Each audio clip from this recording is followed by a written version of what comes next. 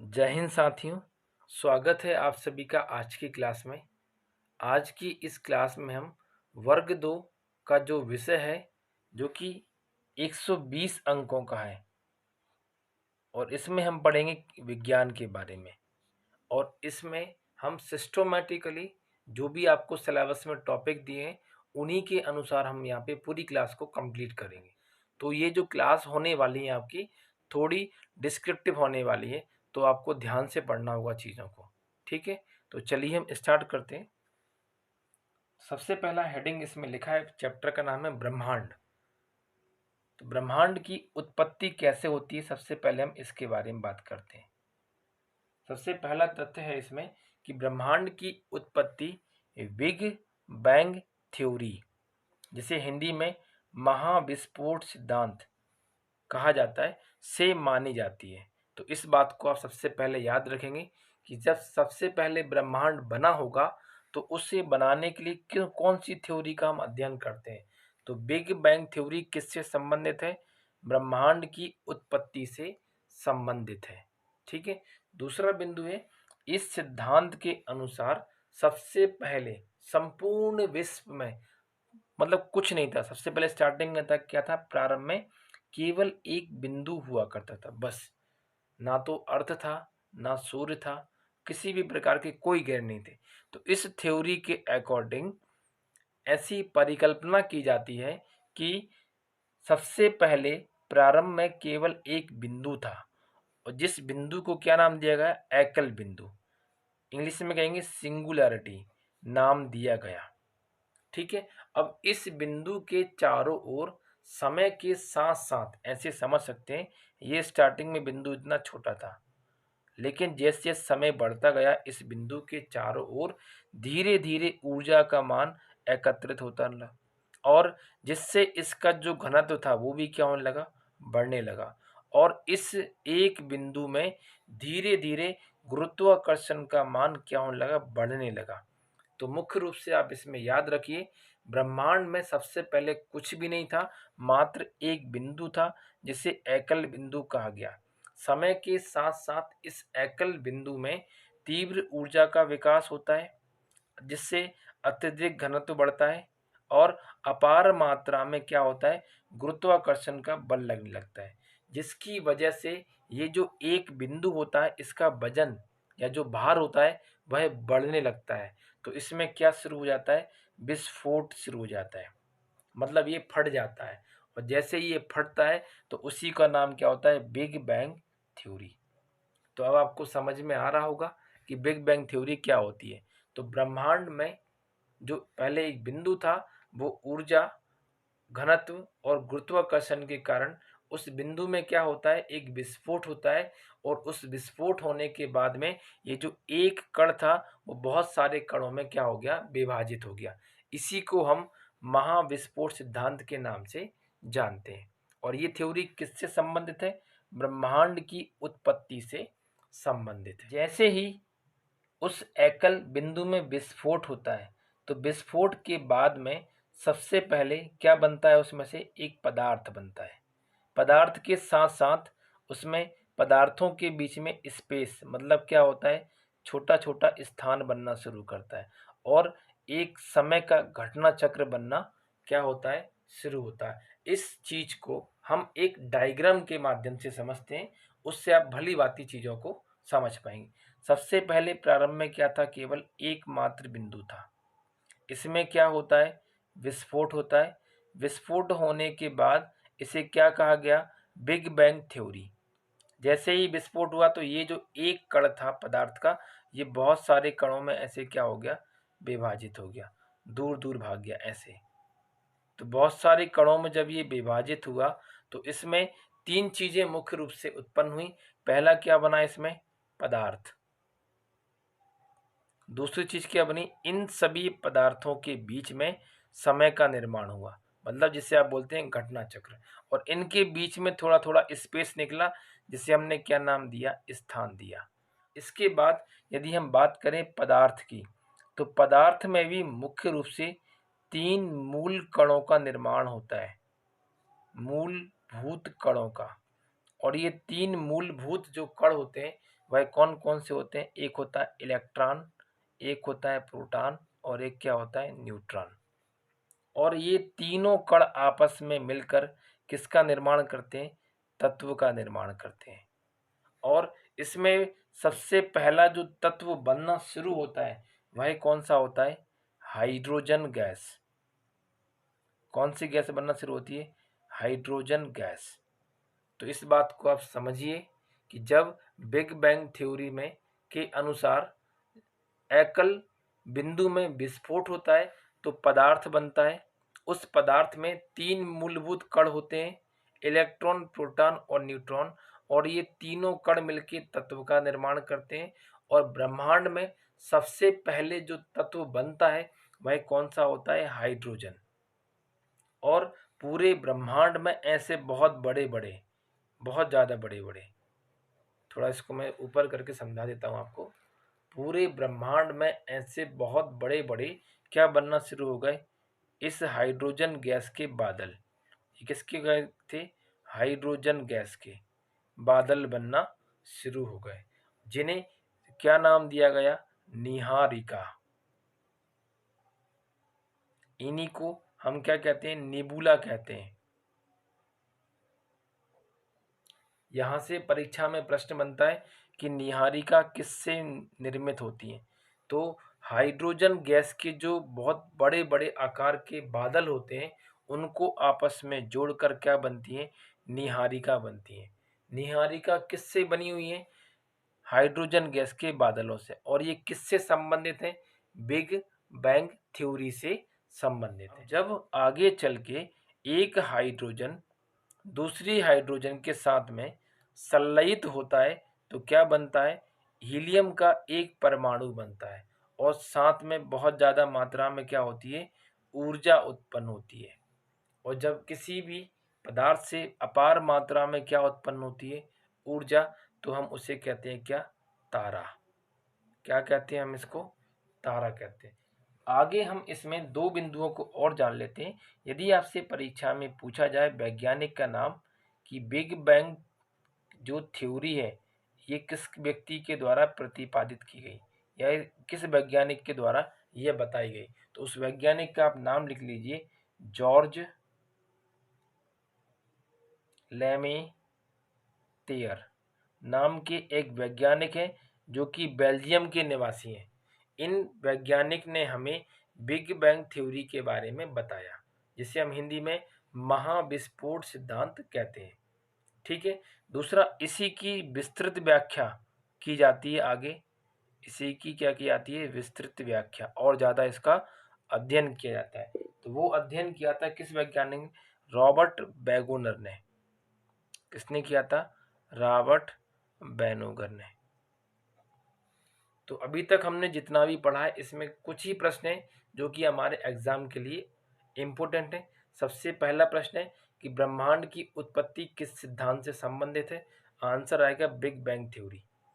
इसमें कितने बिंदु होते हैं? एक बिंदु होता है। उस एक बिंदु में क्या होता है? ऊर्जा बढ़ती है, घनत्व बढ़ता है, अपार मात्रा में गुरुत्वाकर्षण, जिसमें उसमें विस्फोट होता है। उसी विस्फोट को अपन क्या बोलते हैं?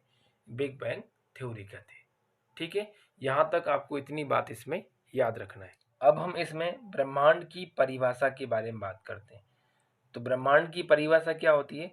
पृथ्वी व पृथ्वी के चारों ओर उपस्थित खगोलीय पिंड जैसे ग्रह, नक्षत्र, आकाशगंगा, तारे, उपग्रह, ये सभी मिल जाते हैं तो उन्हीं को अपन क्या बोलते हैं? ब्रह्मांड कहते हैं।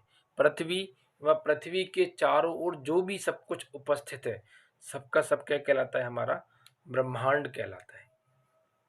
अब हम इसमें आकाशगंगा के बारे में चर्चा करेंगे। आकाशगंगा क्या होती है? अरबों खरबों तारों का जो समूह होता है उसी को क्या कहते हैं अपन? आकाशगंगा कहते हैं। ठीक है, ये बात आप सभी जानते हैं। आकाशगंगा को इंग्लिश में क्या बोलते हैं अपन? गैलेक्सी। तो अरबों खरबों तारों का समूह आकाशगंगा कहलाता है। दूसरा बिंदु है, यह तारे आपस में गुरुत्वाकर्षण बल के द्वारा बंधे होते हैं। जो अरबों खरबों तारे हैं ये तारे आपस में जुड़े हुए होते हैं। तो एक बंध होता है जो कि इनको बांध के रखता है, और वो बंध कौन सा होता है? गुरुत्वाकर्षण का बंध। ठीक है।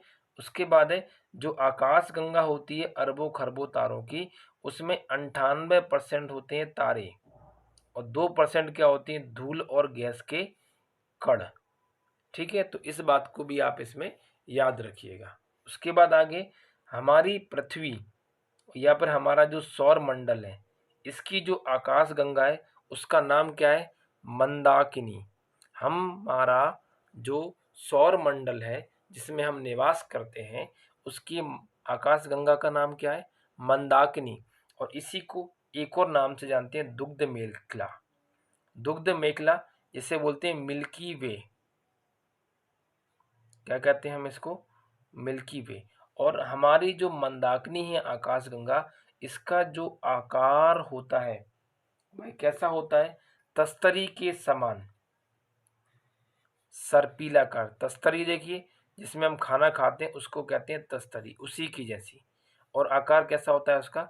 सर्पिलाकार, सांप के समान। तो इस बात को आप याद रखना, ये आपके एग्जाम के लिए इम्पोर्टेंट है। अब हम इसमें जानते हैं कि संरचना के आधार पर जो आकाशगंगा होती है वह कितने प्रकार की होती है? तो कितने प्रकार की होती है? 3 प्रकार की होती है। कौन कौन सी? पहली होती है सर्पिलाकार आकाशगंगा, दूसरी होती है दीर्घवृत्ताकार आकाशगंगा, और तीसरी होती है अनियमित आकाशगंगा। तो इन 3 आकार के आधार पर जो हमारी आकाशगंगा है वो कैसी है? सर्पिलाकार। ठीक है, तो हमें केवल इन 3 नामों को याद रखना है, और इसमें मुख्य रूप से कौन सा वाला?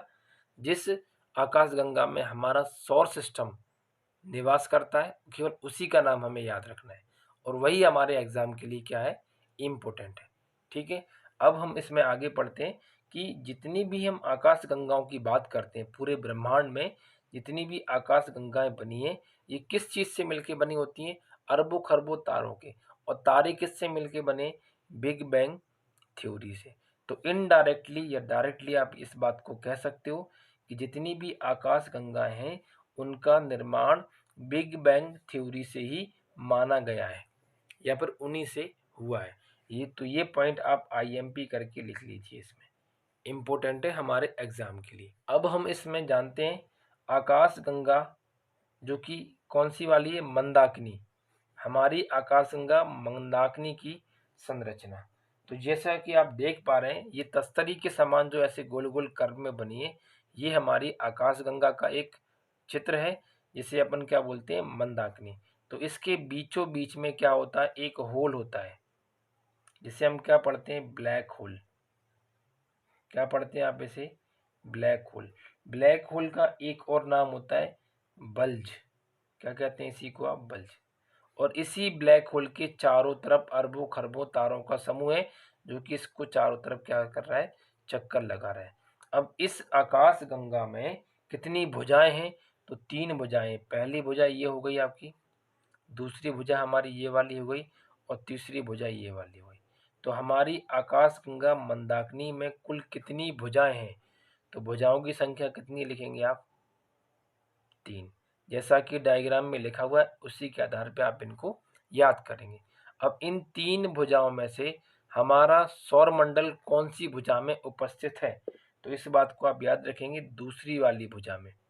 ये क्या है हमारा? यहाँ पर सूर्य, और अपने ग्रहों के साथ में है पूरे वो।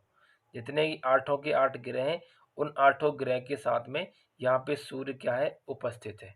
किसमें? मंदाकिनी में। उसके बाद यदि मैं इसमें बात करूं कि जो हमारी मंदाकिनी है, इसके घूमने की दिशा क्या है? तो ये जा रहा है, ये देखो ऐसी इस तरफ भाग रही है, ये दिशा इस प्रकार से भाग रही है, ये चल रहा है इस तरफ, और ये हिस्सा कहाँ भाग रहा है? हमारा नीचे की तरफ। तो घड़ी कैसे चलती है हमारी? इस टाइप से, ऐसी। तो ये घड़ी कौन दिशा है? विपरीत दिशा। तो हमारी जो मंदाकिनी है, इसके जो घूर्णन करने की दिशा है वह कैसी है? Anti clockwise. तो इस बात को भी आप इसमें याद रखेंगे। और जितने भी ये तारे हैं वो कहाँ जा रहे हैं? धीरे धीरे निकलते हुए अंदर की तरफ जाते हैं। ठीक है, तो इस बात को आप इसमें याद रखिएगा कि किस तरह से हमारी मंदाकिनी की संरचना होती है, कितनी उसमें भुजाएं होती हैं, और उसके घूमने की दिशा क्या है, और हमारा सूर्य किस वाले हिस्से में बसा हुआ है। ठीक है, चलिए अब हम इसमें आगे बढ़ते हैं। अब आगे है इसमें तारों का जन्म। तारे किस प्रकार से जन्म लेते हैं इसके बारे में हम इसमें बात करते हैं। तो होता क्या है इसमें, मंदाकिनी की जो अंतिम भुजा होती है, तीसरे नंबर वाली भुजा, उसके सिरे पर क्या होती है, हाइड्रोजन की गैसों के मध्य में क्या होता है, विक्षोभ का मतलब होता है डिस्टरबेंस। इस बात को आप दोबारा समझ लीजिए। अभी जस्ट पहले मैंने एक डायग्राम बनाया था, उस डायग्राम में जो मंदाकिनी है उसका जो तीसरे नंबर वाला भुजा है, सबसे आखिरी वाली जो भुजा है, उसके सिरे पर क्या होती है, हाइड्रोजन की गैसें होती हैं बहुत सारी, और उन गैसों में क्या उत्पन्न होता है, विक्षोभ। और विक्षोभ होने की वजह से ये जो हाइड्रोजन की गैसें हैं वह एक विशाल पिंड का निर्माण करती हैं, और विशाल पिंड का निर्माण करते करते ये किस में बदल जाती हैं, एक बड़े तारे के रूप में परिवर्तित हो जाती हैं। तो तारों का जन्म किस प्रकार से होता है, हाइड्रोजन गैस के विक्षोभ से या उनके आपस में मिलने से। जैसा कि नीचे लिखा है कि जब हम हाइड्रोजन से क्या करते हैं, संलयित करते हैं, तो हीलियम का एक परमाणु बनता है और साथ में बहुत ज़्यादा मात्रा में ऊर्जा और प्रकाश उत्पन्न होता है। जैसे ही ऊर्जा या प्रकाश उत्पन्न होना शुरू हो गया तो हम उसे क्या कह देते हैं, तारा कह देते हैं, और तारे का इसमें क्या हो जाता है, जन्म हो जाता है। तो इस प्रकार हम इस बात को याद रख सकते हैं कि मंदाकिनी की जो बाहर वाली भुजा होती है तीसरे नंबर की, उसमें जो पहली बार जब तारा बनता है तो उस तारे को बोलते हैं भूर्णीय तारा या एम्ब्रायो स्टार, एम्ब्रायो स्टार। तो मंदाकिनी की तीसरे नंबर की भुजा में जब कोई तारा पहली बार बनता है तो उस तारे का नाम क्या होता है, भ्रूणीय तारा या एम्ब्रायो स्टार के नाम से जाना जाता है। जब कोई तारा अपने प्रारंभिक स्तर पे होता है तो उस समय उस तारे का जो रंग होता है वह कैसा होता है, नीले रंग का होता है। और नीले रंग के होने का मतलब है कि उस तारे में बहुत ज़्यादा ऊर्जा है, बहुत ज़्यादा मात्रा में। समय के साथ साथ क्या होता है, हाइड्रोजन की मात्रा कम होती जाती है, जिससे उस तारे का जो रंग होता है धीरे धीरे परिवर्तित होके कौन से रंग में चला जाता है, वो लाल रंग में परिवर्तित हो जाता है। तो बाद में जब हाइड्रोजन की मात्रा धीरे धीरे कम हो जाती है तो उस स्थिति में तारे का रंग लाल होता है, और इस समय तारे में ऊर्जा का मान कैसा होता है, न्यूनतम। या आप इस अवस्था को कहते हैं कि तारा कुछ समय बाद कैसा होने वाला है, नष्ट होने वाला है या फिर वो मरने वाला है। ये कौन सी अवस्था होती है उसकी, प्रारंभिक अवस्था। तो जब तारा अपनी प्रारंभिक अवस्था में होता है तो वह किस प्रकार का रंग दिखाता है, नीले रंग का। फिर चेंज करता है तो क्या आता है, सफ़ेद रंग। उसके बाद परिवर्तित होकर होता है पीला रंग, और अंत में जब वो नष्ट हो रहा होता है, क्योंकि उसमें हाइड्रोजन जो गैस होती है धीरे धीरे कम होना शुरू हो जाती है, ख़त्म हो जाती है। जैसे ही हाइड्रोजन गैस खत्म होती है तो जो तारा होता है उसका रंग लाल हो जाता है और तारा पूरा क्या हो जाता है, मृत अवस्था में हो जाता है। तो बनता कब है, हाइड्रोजन हाइड्रोजन के जुड़ने से, और हाइड्रोजन जब जुड़ के खत्म हो जाता है पूरा, तो रंग भी चेंज हो जाता है और तारा भी पूरी तरीके से क्या हो जाता है, नष्ट हो जाता है। ठीक है, अब हम इसमें आगे जानते हैं कि तारों में क्रोड कैसे बनती है। क्रूड का निर्माण किस प्रकार से होता है, तो उसको समझने के लिए हमें क्या पढ़ना होगा, हाइड्रोजन। जब हाइड्रोजन का एक अणु हाइड्रोजन के दूसरे अणु के साथ जुड़ता है तो क्या बनता है, हीलियम, और बहुत ज़्यादा मात्रा में क्या बनती है, इसमें ऊर्जा बनती है। तो इसको इस डायग्राम की हेल्प से समझिए आप। ये हमारा हाइड्रोजन की गैसों का एक छोटा सा बादल है। यहाँ से हाइड्रोजन ऐसे इकट्ठी होके कहाँ जा रही है, बीच में इकट्ठी हो रही है, और बहुत ज़्यादा मात्रा में हमें क्या दे रही है, ऊर्जा प्रदान करी। तो बीच वाला जो हिस्सा है जो मैंने डार्क बनाया है, ये क्या है, हीलियम। कैसे बनाए, हाइड्रोजन हाइड्रोजन के जुड़ने से। तो बीच वाले हिस्से में अपार मात्रा में हीलियम के परमाणु क्या हो जाते हैं, इकट्ठे हो जाते हैं। इसी वाले भाग को हम क्या बोलते हैं, तारे का क्रोड कहते हैं। क्या कहते हैं, तारे का क्रोड कहते हैं। ठीक है, तो प्रश्न बनता है कि क्रोड का निर्माण किससे होता है, तो क्रोड का निर्माण होता है हीलियम तत्व से। और ये बनता कैसे, हाइड्रोजन के परमाणुओं को संलयित करने के बाद। अब क्या होगा इसके बाद, जब क्रूड बन के तैयार हो गया तो कुछ समय बाद क्या होगा, जो ये हाइड्रोजन गैस है धीरे धीरे क्या होती जाएगी, ये कम होती जाएगी। क्योंकि ऐसा तो है नहीं ये बहुत ज़्यादा मात्रा में हो हमारे पास, नहीं, धीरे धीरे क्या होती है, कम होती जाती है। तो जैसे जैसे हाइड्रोजन की मात्रा कम होती है वैसे वैसे क्या होता है, ये जो क्रूड होता है उसका आकार धीरे धीरे बढ़ना शुरू कर देता है और पूरी हाइड्रोजन इसमें आग क्या हो जाती है, इकट्ठी हो जाती है। और सूर्य का प्रकाश क्या होता है, धीरे धीरे क्या होता है, लाल होना शुरू हो जाता है। और जैसे ही लाल होता है तो ये पूरा तारा क्या हो जाता है, नष्ट हो जाता है। तो इसमें क्या उत्पन्न होता है, एक विस्फोट उत्पन्न होता है। और जैसे ही इसमें एक विस्फोट उत्पन्न होता है, क्योंकि हाइड्रोजन गैस खत्म हो गई है, तो ये जो क्रूड वाला हिस्सा है ये भी अलग हो जाता है और जो हाइड्रोजन इसमें इकट्ठी हुई थी वो भी अलग हो जाती है। तो जो ये विस्फोट होता है, इस विस्फोट का नाम क्या होता है, सुपरनोवा विस्फोट। क्या होता है, सुपर नोवा ब्लास्ट। प्रश्न बनता है कि जब सुपरनोवा ब्लास्ट होता है तो किन किन चीजों का निर्माण होता है।